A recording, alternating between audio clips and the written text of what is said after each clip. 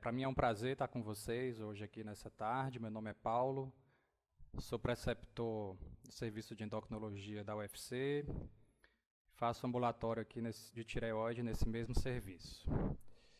A gente vai falar para vocês hoje de um tema que é cada vez mais frequente, né, na nossa prática, que é lidar com doenças tireoidianas durante a gravidez e durante o puerpério. Como as doenças tireoidianas acometem principalmente mulheres jovens, né, então essa população é bem frequente na nossa prática. Recentemente, no final do ano passado, a Associação Americana de Tireoide lançou um guideline específico sobre esse tema, que foi publicado oficialmente no começo desse ano. Então, toda a nossa aula vai ter como fonte os principais dados desse guideline, e eu procurei buscar aqueles temas que são mais apropriados para a gente discutir com os médicos que atendem na atenção básica, né, que é quem vai lidar com a maioria dessas pacientes. Então, eu vou passar aqui alguns casos clínicos bem simples, né, nada demais, bem rápidos também, só para ficar uma coisa mais próxima do dia a dia. Então, o primeiro caso é uma gestante de 31 anos, com idade gestacional de 6 semanas, então está no comecinho da gravidez, e deu entrada no posto de saúde para começar o seu acompanhamento pré-natal. Não tem nenhuma queixa, não tem nenhum antecedente pessoal, nem familiar, tem um IMC de 29, né, que é sobrepeso, quase obesidade. No exame físico, a tireoide é normal, a palpação, e o restante do exame físico todo normal. Uma dúvida que sempre aparece é se a gente deve pedir o TSH para as grávidas ou não. Pede para todo mundo, pede para algumas pacientes.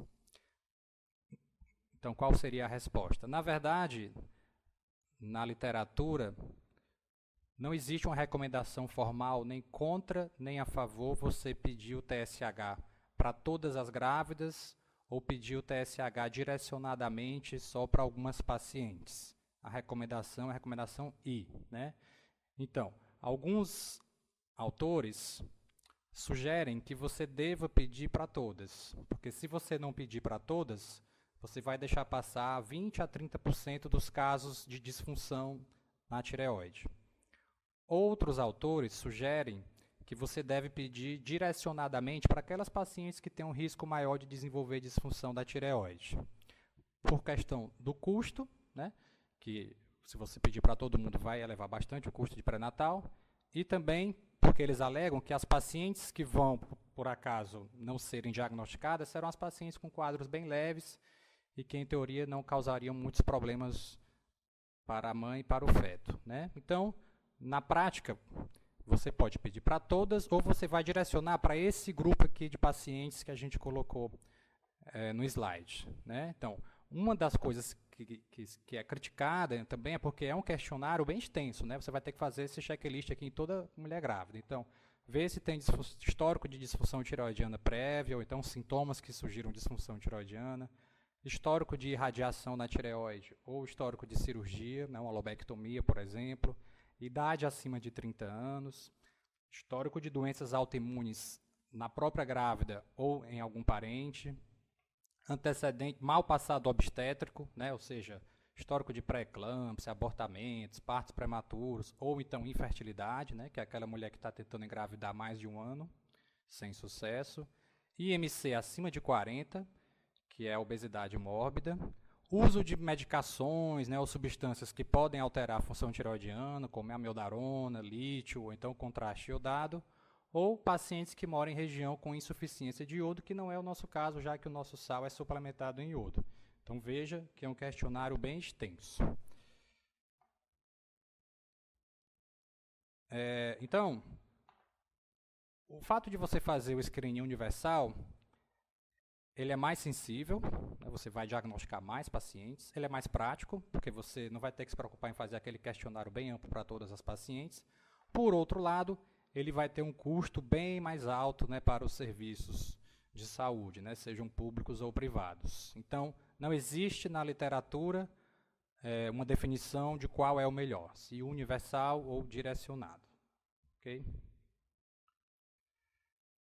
Então, nossa paciente fez o TSH e o TSH deu 3,2. Né? Lembrando que a referência normal da maioria dos laboratórios de TSH é entre 0,5 a 4,5. Tá? Então, está normal ali um pouco perto do limite superior.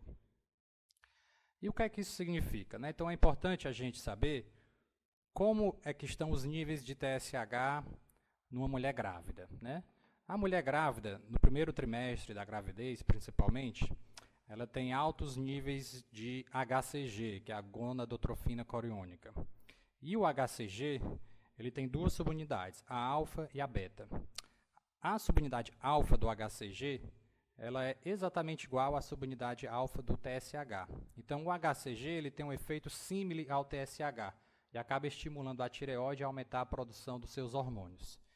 O aumento da produção dos hormônios tireoidianos faz com que, pelo feedback negativo, o TSH da paciente diminua. Tá? Então, é normal que mulheres grávidas, principalmente no primeiro trimestre, tenham níveis de TSH um pouco mais baixo que a população geral. Além disso, existe uma grande variabilidade étnica e geográfica dos níveis de TSH. O guideline anterior da ATA, né, que é a Associação Americana de Tireoide, ele tinha colocado limites mais baixos de TSH na grávida, limites superiores. Né? O limite superior do primeiro trimestre normal seria até 2,5 e o limite superior normal no segundo e terceiro trimestre seria até 3. No entanto, estudos maiores e em diferentes populações étnicas mostraram que níveis um pouco mais elevados do que esses valores não estavam causando problemas na gravidez, né? Não estavam associados a problemas nem maternos nem fetais. Então, o ideal seria que você tivesse a referência do TSH baseada em dados de cada população, porque pode diferir de uma para outra. Se esses dados não estiverem disponíveis, como é o caso da gente aqui no Brasil, a recomendação do guideline é que no primeiro trimestre você diminua o limite inferior em 0,4 e diminua o limite superior em 0,5. O que é que significa isso? Na população normal, o limite normal é de 0,5 a 4,5. Diminuindo 0,4 do limite inferior, ficaria o limite inferior de 0,1.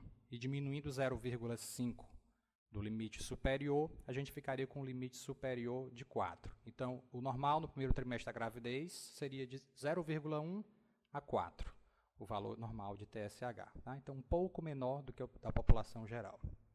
E, no segundo e terceiro trimestres, como a gente tem uma redução dos níveis de HCG, a tendência é que os limites de TSH, os níveis de TSH, fiquem iguais ao da população geral, aos níveis não gravídicos. Okay? Isso com relação ao TSH. Com relação ao T4, a gente também tem que prestar atenção em algumas questões. Tradicionalmente, quando a gente vai avaliar a função tireoidiana na população geral, a gente avalia o TSH e o T4 livre. Né?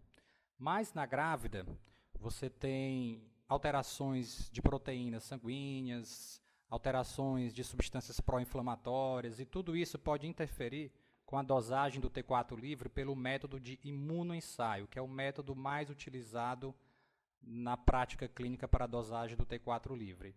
O ideal, a dosagem mais precisa, seria a dosagem através dos métodos de equilíbrio de diálise e de ultrafiltração, só que esses métodos são trabalhosos e são bastante caros, a gente não tem disponíveis de forma geral assim no nosso meio. Né? Além disso, o ideal seria que você tivesse uma referência método e trimestre específica da gravidez, para cada método e para cada trimestre, o que também é difícil da gente conseguir na prática. Então, a sugestão que o guideline nos dá é usar o T4 total, que apesar de não ser muito utilizado na população geral, na grávida ele pode ser útil. Por quê? Porque ele é mais previsível, a gente supor o que seria normal na grávida sobre as influências da gravidez, é mais fácil de se prever e de calcular do que o T4 livre. Como é que a gente faria esse cálculo? Bastaria pegar a referência da população geral e multiplicar por 1,5 vezes, né? Então, você pega o limite inferior, multiplica por 1,5, pega o limite superior, multiplica por 1,5. Aí você teria o valor considerado normal na grávida. Por que o limite superior do T4 é mais alto? Porque o estrógeno, que está em níveis aumentados na gravidez, ele aumenta a produção da TBG, que é a globulina ligadora do hormônio tireoidiano. E o aumento dessa proteína faz com que a fração total do T4 aumente também, porque a maior parte do T4 total está ligada a ela. Tá? Então, não existe uma definição muito precisa se é melhor pedir o T4 livre ou o T4, mas os estudos mais novos parecem sugerir que é mais prático, mais confiável, se você não tiver um equipamento de última geração, usar o T4 total. Tá?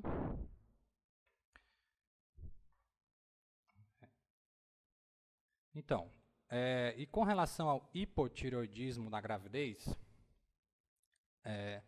lembrar que o risco maior de hipotireoidismo acontece nessas seguintes pacientes: as gestantes que têm anticorpos positivos, o anti-TPO, que é a antitireoperoxidase, e a antitireoglobulina, as pacientes que porventura foram tratadas como hemitireoidectomia, né, uma lobectomia, por exemplo, ou aquelas tratadas com radioiodoterapia, vamos supor, por uma doença de Graves, e que ficaram em eutireoidismo, né? Mesmo em eutireoidismo, elas têm um risco maior de, na gravidez, desenvolver hipotireoidismo.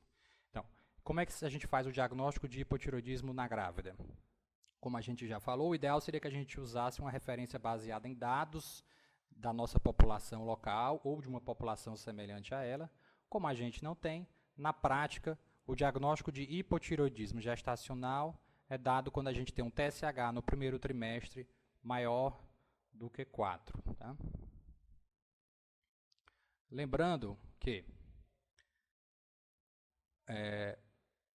aqui a gente tem o TSH maior do que 4 como indicação de tratamento, mas lembrando que caso a paciente tenha um anticorpo positivo, um anti-TPO, a presença do anti-TPO positivo é um fator de risco independente a mais de surgimento de complicações na gravidez, como pré-eclâmpsia, restrição de crescimento intrauterino, parto prematuro, abortamentos, né? Então, nas pacientes que têm anti-TPO positivo, a recomendação é você tratar as pacientes com levotiroxina se o TSH estiver maior do que 2,5. Tudo bem?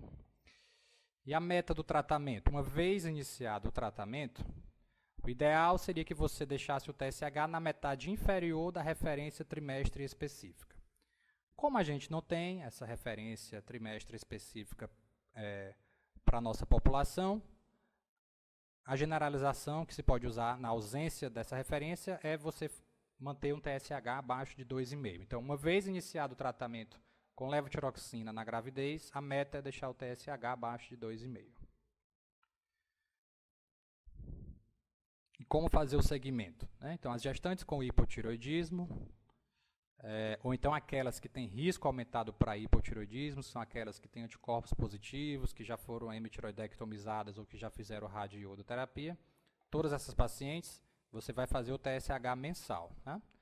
Até a metade da gravidez, da gestação, que é em torno ali de 20 semanas. TSH normal, com 20 semanas, basta você pedir mais uma vez na 30ª semana e depois não precisa mais solicitar. Então, não precisa ficar fazendo todo mês até o final da gravidez. Até porque os riscos do hipotireoidismo eles são maiores no começo da gravidez. A partir da segunda metade da gravidez, o risco é menor para o feto de uma possível alteração do TSH. E aquelas mulheres que já têm hipotireoidismo antes de engravidar? Qual é a recomendação? A recomendação é engravidar com o TSH abaixo de 2,5. Né? Então, a paciente já toma a sua levotiroxina e está com TSH de 3. Para ela, está normal.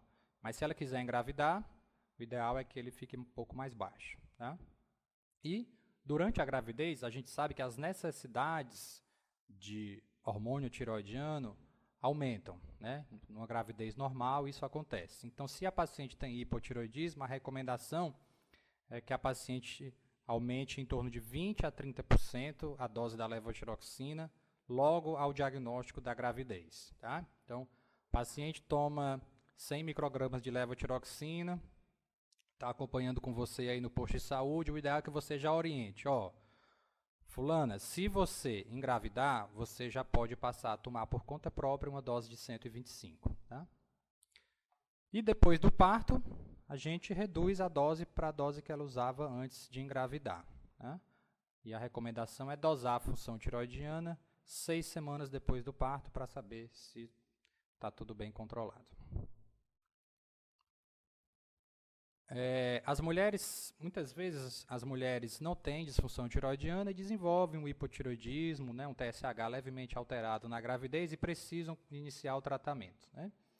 Quando a paciente tem hipotireoidismo na gravidez, principalmente o hipotireoidismo subclínico, que é aquele que o TSH está levemente alterado, só com T4 normal, a recomendação é você iniciar uma dose de 25 a 50 microgramas de levotiroxina. Tá? As pacientes que se mantêm bem com essa dose, de 25 a 50, a recomendação é que, uma vez que elas tenham o parto, elas podem suspender. Tá? Então, o paciente está usando 50 microgramas, teve o parto, pode suspender totalmente a medicação e reavaliar o TSH em 6 semanas. Caso ela precise de uma dose maior, de 50, né, como 75, 100, apesar dele não recomendar formalmente aí como você vai conduzir, mas o que a gente sugere é diminuir a dose pelo menos pela metade e reavaliar com 6 semanas. Porque essas pacientes que precisam de doses maiores, provavelmente elas poderão vir a precisar de levotiroxina mesmo após o parto. Tá? Então, voltamos aqui para a nossa paciente, fez o TSH de 3,2. Qual seria a nossa recomendação para ela? O ideal é que ela tivesse a dosagem do anti-TPO. Por quê? Porque se tiver anti-TPO positivo, ela teria indicação de começar a levotiroxina, já que a recomendação é iniciar a levotiroxina para as gestantes com anti-TPO positivo e TSH acima de 2,5. Tá? Se fosse anti-TPO negativo, não precisaria de levotiroxina. Tá? Lembrando que só pela idade, né, de 31 anos, ela teria uma indicação de fazer o TSH, né, que uma das indicações seriam idade acima de 30 anos. Pelo IMC, não, né? Pelo IMC, a indicação seria IMC acima de 40, tá? Mesmo ela tendo sobrepeso, né, não precisaria obrigatoriamente dosar o TSH, a não ser que você tome como conduta pedir o TSH de rotina para todas, né, que pode ser também. Com relação à autoimunidade, né, só um slide aí para a gente comentar, a presença dos anticorpos antitiroidianos, como anti-TPO e antitireoglobulina, independentemente dos níveis de TSH, eles podem aumentar o risco de complicações na gravidez. Obviamente, eles aumentam o risco de hipotireoidismo, mas é comprovado que ele pode aumentar o risco de abortamentos, principalmente naquelas mulheres que estão fazendo terapia de reprodução assistida.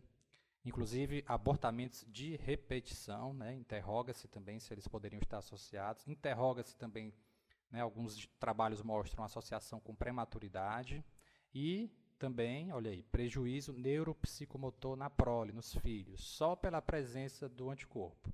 Lembrando que essas 3 últimas aqui são interrogadas ainda, tá? Os dados são conflitantes, mas já é um sinal de alerta, tá? Então, nas pacientes que têm anti-TPO positivo, né, ou antitireoglobulina positivo, você deve dosar o TSH para todas elas, uma vez confirmada a gravidez. Tá? E mesmo que o TSH esteja normal, você deve acompanhar mensalmente até a metade da gravidez. Tá? E depois repetir com 30 semanas. Não há evidência para o uso de levotiroxina de rotina nas gestantes com TSH menor do que 2,5 com anticorpo positivo. Tá? Então, tem trabalho que mostra que pode diminuir complicação, mas foi um trabalho isolado. Tá? Então, TSH abaixo de 2,5, mesmo com anticorpo positivo, não precisa tratar, a não ser que esteja acima de 2,5.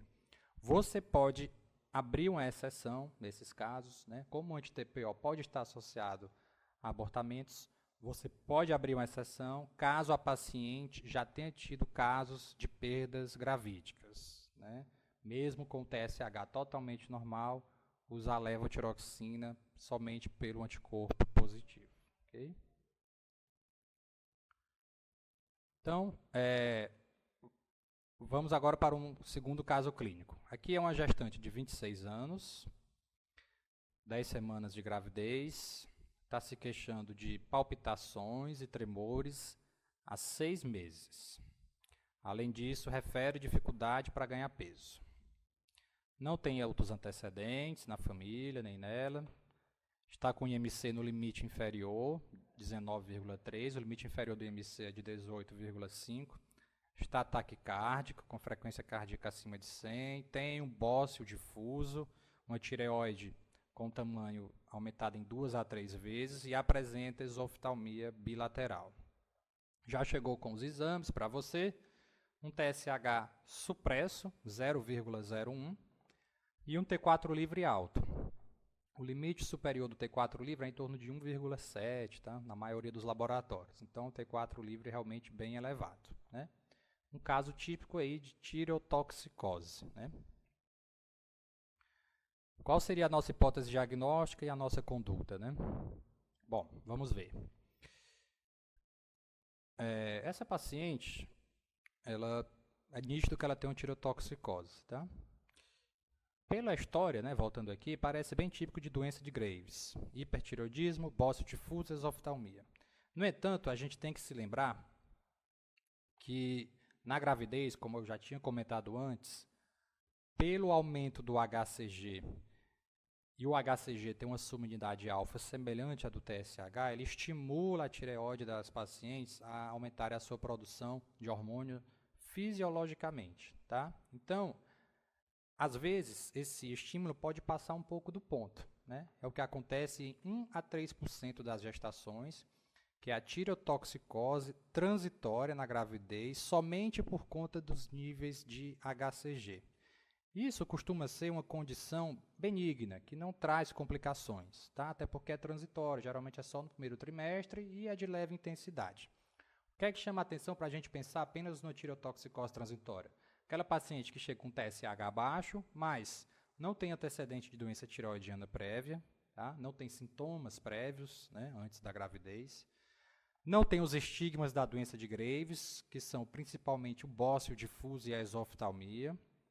A evolução costuma ser autolimitada, já que a partir da segunda metade da gravidez os níveis de HCG diminuem e diminui o estímulo para a produção de hormônios da tireoide. A tireotoxicose transitória costuma estar associada com hiperêmese, né? A hiperêmese gravídica ela está associada a níveis elevados de HCG, né? Então, que tem a mesma fisiopatologia da tireotoxicose, tá? O TRAB costuma ser negativo, que é um anticorpo estimulante da tireoide altamente específico para a doença de Graves. O tratamento costuma ser desnecessário, até porque é um quadro leve e transitório, né? Você vai fazer um suporte hidroeletrolítico, se ela tiver hiperêmese, né? A paciente está vomitando muito, você vai reidratar, vai corrigir os eletrólitos. E se a paciente estiver muito sintomática, né, com sintomas adrenérgicos, muito taquicardia, muitos tremores, você pode usar o beta-bloqueador em doses baixas, tá? Mas não precisa de droga antitireoidiana para esses casos. Já na doença de Graves, né, que é o que aquela nossa paciente parece ter, a gente inicialmente teria que ter alguns cuidados. O ideal é que ela tivesse sido diagnosticada antes de engravidar, para engravidar sobre as melhores condições, né? Uma paciente que tem doença de Graves, ela jamais pode engravidar de forma descompensada, não planejada. O ideal é que ela tenha a doença estabilizada com tratamento, né? Seja com medicação, seja com cirurgia, ou seja com radioterapia, né? O ideal é que toda mulher que use droga antitireoidiana faça o teste de gravidez logo nos primeiros dias de atraso menstrual, tá? Para que a gente tenha um diagnóstico mais precoce da gravidez em uso das drogas antitireoidianas. E se a gravidez for confirmada, o ideal é a gente manter a menor dose possível de droga antitireoidiana ou até, se for um caso leve, suspender a medicação, né? Naquelas que não estão controladas, você acaba mantendo. Por quê? Porque a droga antitireoidiana, ela tem potencial teratogênico, tem, né?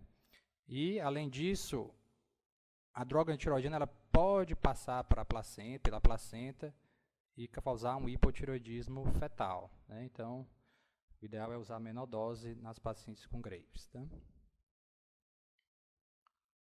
Então, quais são as drogas antiroidianas que a gente tem, né? O propiltiuracil e o metimazol, tá? Na população geral, falando em pessoas não grávidas, a droga de escolha é o metimazol, tá? Por quê? Porque ele é menos hepatotóxico do que o propiltiuracil e a posologia é mais cômoda, é só uma vez ao dia. No entanto, o metimazol é mais teratogênico do que o propiltiuracil. Então, no primeiro trimestre da gravidez, até 16 semanas, o propiltiuracil é a medicação de escolha. Uma vez que a paciente entre no segundo trimestre, a gente faz a troca para o metimazol. Tá? Nas pacientes com hipertireoidismo, a recomendação é dosar a função tireoidiana a cada 4 semanas e você deve usar a menor dose possível da droga, como a gente comentou, né? A meta é manter o T4 sempre no limite superior ou levemente acima. Para quê? Para diminuir risco de hipotireoidismo fetal. Tá? E lembrar que essas pacientes no puerpério, como a gravidez é um estado de imunossupressão relativa, elas, após o parto, no puerpério, têm um risco de piora das doenças autoimunes, no caso da doença de Graves, nos meses subsequentes. Tá? O TRAB eu não vou comentar muito porque isso aqui é muito específico, tá? Mas é importante, se possível, dosar o TRAB na gravidez, porque o TRAB positivo aumenta o risco de hipertireoidismo fetal e neonatal, já que ele passa através da barreira placentária. Então, nossa paciente, olha, tinha um quadro clínico há 6 meses, né, antes dela engravidar. Ela está com 10 semanas de gravidez, tinha já palpitação, tremor há 6 meses, tinha estigmas de doença de Graves, que é o que? O bócio difuso, exoftalmia bilateral, né? Então, o diagnóstico dela é clínico, é doença de Graves. Como ela está com 10 semanas, você vai começar o quê? Propiltiuracil, né? Lembrando que a radioiodoterapia é totalmente contraindicada na gravidez. E pedir o TRAB, né? Porque TRAB elevado aumenta o risco de complicação fetal. Tá? Outra coisa que pode aparecer na tireoide é nódulo, né? E os nódulos podem aparecer na grávida também. Então, ou a mulher pode ter seus nódulos e engravidar, né? Então, a abordagem dos nódulos de tireoide na grávida é semelhante à população geral, tá? Não tem nenhuma diferença, exceto que a cintilografia, pelo fato dela usar material radioativo, ela é contraindicada na gravidez, tá? Vocês tiveram uma apresentação de nódulos, né? Então, quando os nódulos são puncionados, o resultado citológico ele é agrupado, né, em categorias Bethesda, né, que é o Bethesda 1 até o Bethesda 6. Bethesda 1 é inconclusivo, Bethesda 2 é benigno. O Bethesda 3, 4 e 5 são grupos onde você tem uma incerteza se é benigno ou maligno, né? Onde o risco de malignidade aumenta à medida que você caminha do 3 para o 5.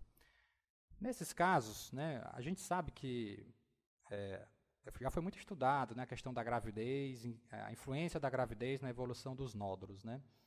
E a grande maioria dos trabalhos mostra que a gravidez não costuma alterar o prognóstico, né, não faz o nódulo evoluir de forma pior, mais agressiva, crescer, né, ficar mais invasivo, não. A gravidez parece ser um fator indolente para a evolução do nódulo. Então, nesses casos onde você tem uma dúvida quanto à benignidade ou malignidade, a preferência é não operar na gravidez, né? Espera terminar a gravidez para depois você decidir sobre cirurgia ou não. Quando o resultado da Bethesda 6, o Bethesda 6 é maligno comprovado, né? Mesmo comprovadamente maligno, os trabalhos mostram que os nódulos malignos costumam ter evolução também indolente na gravidez. Você não precisa operar a paciente nas pressas, correndo risco de abortamento, correndo risco de parto prematuro. A conduta é fazer ultrassom trimestralmente, tá? Se o nódulo se mantiver estável, você aguarda para fazer a cirurgia depois do parto, né? Ele orienta a manter o TSH entre 0,5 a 2, que é no limite inferior para evitar um possível estímulo pelo TSH. Quando é que você vai operar, né, um nódulo de tireoide na grávida? Se tiver um crescimento significativo ou se tiver linfonodo comprovadamente acometido, né? Tiver um linfonodo suspeito, você faz a punção para dosar a tiroglobulina, ver a citologia. Se for comprovado que aquele linfonodo é metástase, aí realmente tem indicação de operar durante a gravidez. E o ideal é operar no segundo trimestre, tá? Se for operar. No primeiro trimestre tem risco maior de abortamento, né, e malformação por conta da anestesia. E no terceiro trimestre tem um risco maior de parto prematuro. Então, se for operar, preferir o segundo trimestre. Com relação à lactação, os trabalhos mostraram que o tratamento do hipotireoidismo, inclusive o hipotireoidismo subclínico, né, quando tratado, melhora o desempenho da lactação, né? Então, a gente tem várias indicações de tratamento do hipotireoidismo subclínico. Aí agora apareceu uma indicação a mais, que é a paciente que está amamentando. O tratamento melhora o desempenho. Com relação ao hipertireoidismo, você vai seguir os mesmos princípios aplicados na população geral, tá? Contanto que você evite doses altas das drogas antitireoidianas. Tanto o metimazol quanto o propiltiuracil, eles atravessam, eles são detectados no leite, né? Só que são detectados em pequena quantidade. Aparentemente, não seria maléfico para a criança. Mas, por questão de segurança, deve-se evitar uma dose maior de 20 mg do metimazol e de 450 mg do propiltiuracil, né? E, depois do parto, né, temos que ainda prestar atenção nessas pacientes. Por quê? Pelo risco de tireoidite pós-parto, né? A tireoidite pós-parto é uma doença de etiologia autoimune, e não é muito raro, tá? Comete 5% de todas as gestantes, né? Então, de cada 100 gestantes, 5 vão ter tireoidite. Como é que é a evolução da tireoidite, né? A inflamação da tireoide, por mecanismo autoimune, ela gera uma liberação de hormônios tireoidianos na circulação, e isso pode fazer uma tireotoxicose nos primeiros 2 a 6 meses pós-parto, tá? Inclusive fazendo diagnóstico diferencial com doença de Graves, né? Você vai ter que ficar atento também.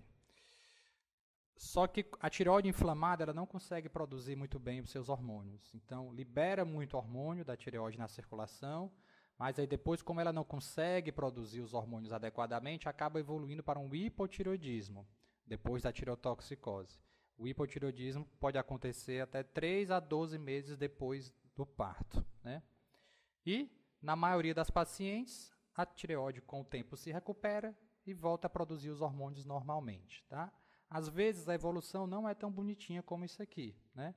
Às vezes a paciente vai direto para hipotireoidismo sem fazer tireotoxicose e, em alguns casos, inclusive, as pacientes podem ficar permanentemente em hipotireoidismo, nunca mais voltarem a hipotireoidismo, precisar ficar tomando hormônio tireoidiano a vida toda, né? A tireotoxicose é sempre transitória, tá? Na tireoidite, mas o hipotireoidismo pode ser permanente. Então, essas pacientes, principalmente aquelas pacientes que têm anti-TPO positivo, né? Só pelo fato do anti-TPO estar positivo, o risco aumenta bastante de tireoidite pós-parto, que pode acontecer até 1 ano depois, tá? do parto. Então, gente, resumindo aqui, eu coloquei nesse último slide os pontos-chave que eu acho que são mais importantes para os médicos, né, para as equipes de saúde que estão aí na atenção básica, tá?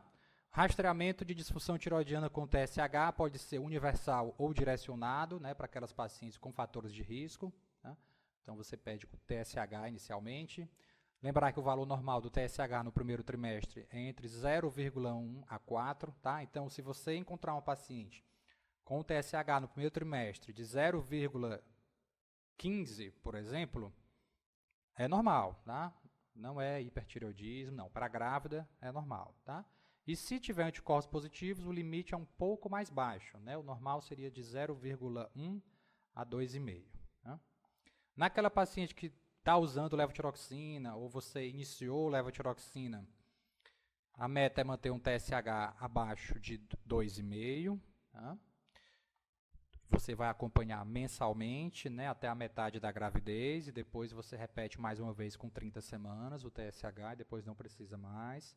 Lembrar que as pacientes que têm sintomas e exames laboratoriais que mostram tirotoxicose, né, um TSH supresso com T4 livre alto, pode ser uma coisa transitória fisiológica do primeiro trimestre. Não precisa obrigatoriamente usar droga antitiroidiana, porque, principalmente nos casos leves, né, porque é passageira. Naquelas pacientes que têm diagnóstico confirmado de doença de Graves, lembrar que se for começar um tratamento no primeiro trimestre deve ser o propiltioracil, e no segundo e terceiro a recomendação é o metimazol. Pacientes com nódulos, né, e engravidam, a gravidez, né, é importante a gente tranquilizar as pacientes, né, de que a gravidez não vai interferir, tá, na evolução dos nódulos, não piora o prognóstico. E lembrar nessas pacientes com fatores de risco, né, ou então que fizeram hipotireoidismo gestacional, aquelas que têm um anti-TPO positivo, lembrar que elas podem desenvolver tireoidite pós-parto até 1 ano depois, né? Então, até 1 ano depois, elas podem fazer tanto sintomas de hipertireoidismo, que é aquela fase de tirotoxicose, como podem fazer sintomas de hipotireoidismo também, tá? Então, esses aí foram as questões mais recentes que a ATA trouxe no seu último guideline. A gente deu uma sumarizada aí para direcionar para a atenção básica, tá? Obrigado.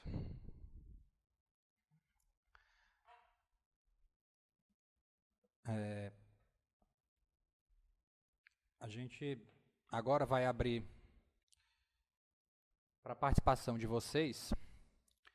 Vocês podem usar o chat aí para enviar comentários, questionamentos. A gente está à disposição. A Daniele está perguntando, queria que a gente falasse sobre a relação de abortamentos em pacientes com anti-TPO altos. É alto, Daniele, 917, né? A partir, a referência, né, varia de laboratório para laboratório, mas 917 com certeza é alto.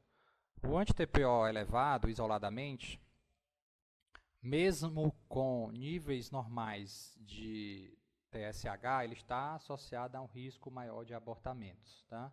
É tanto que não existe uma recomendação de você usar a levotiroxina para pacientes com anti-TPO positivo, só pelo anticorpo estar positivo, mas se a paciente tem anticorpo positivo e já teve histórica prévia de abortamentos, ele coloca como uma opção você usar uma baixa dose de levotiroxina, tá? Tem um grande estudioso, que é o Negro, que mostrou, ele comparou um grupo de pacientes com anti-TPO positivo que usavam levotiroxina e outro grupo que não usava.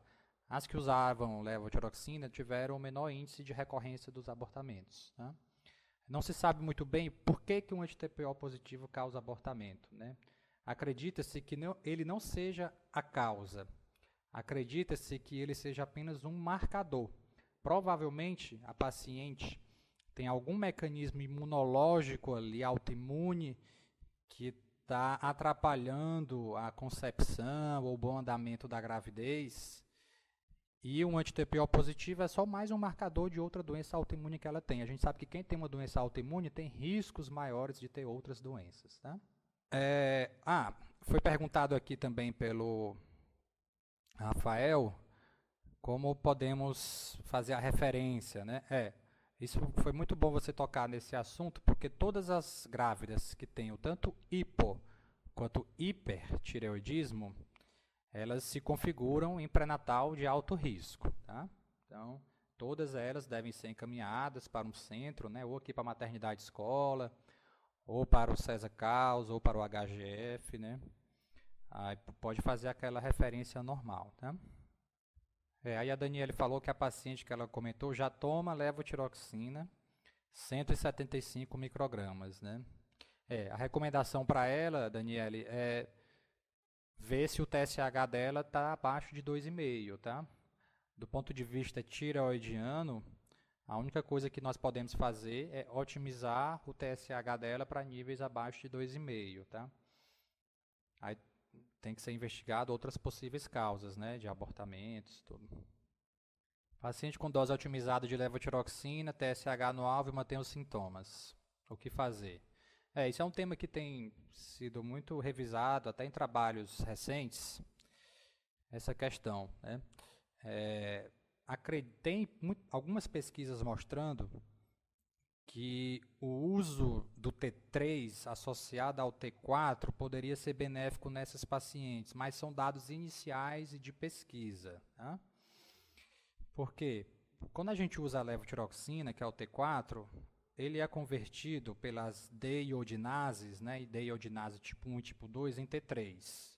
E o T3 é que é o hormônio mais biologicamente ativo. Tem estudos mostrando que você pode ter polimorfismos, né, ou seja, variações de pessoa para pessoa nessa conversão do T4 para T3. E isso poderia justificar o fato de algumas pessoas, mesmo com TSH normal, ficarem sintomáticas. Tá? Então, estudos têm mostrado resultados positivos com a associação do T4 em T3, mas são estudos iniciais. Né? Nós não podemos extrapolar a nossa conduta baseada em alguns pequenos estudos experimentais. É preciso que esses estudos sejam conduzidos com populações maiores, né, que sejam repetidos, para você poder associar o T4 ao T3. Então, a recomendação atual da sociedades, né, tanto americana quanto brasileira, é não usar T3. Né? A droga de escolha para o hipotireoidismo é levotiroxina, é o T4. Tá? Outra coisa é que, às vezes, as pacientes podem ter sintomas por outros motivos, né? Às vezes estresse, ansiedade, pode dar sonolência, indisposição, né? Constipação. Então, sintomas de hipotireoidismo, a especificidade é limitada também. Né? Não dá para dizer que tudo aquilo que ela está sentindo é só pelo hipotireoidismo. Essa questão burocrática, Rafael, né, de como é que faz o encaminhamento, realmente, assim, como eu estou no serviço do hospital universitário, né, não estou dentro da maternidade escola, assim, especificamente nessa parte de marcação, eu acredito que dentro aí da Secretaria de Saúde deve ter um telefone de contato do pré-natal, do serviço de pré-natal de alto risco da maternidade escola ou de outros hospitais, para que você possa fazer esses encaminhamentos. Tá? Ok, gente. Foi um prazer para mim. A gente está à disposição aí para próximas oportunidades. Muito obrigado a todos pelo prestígio.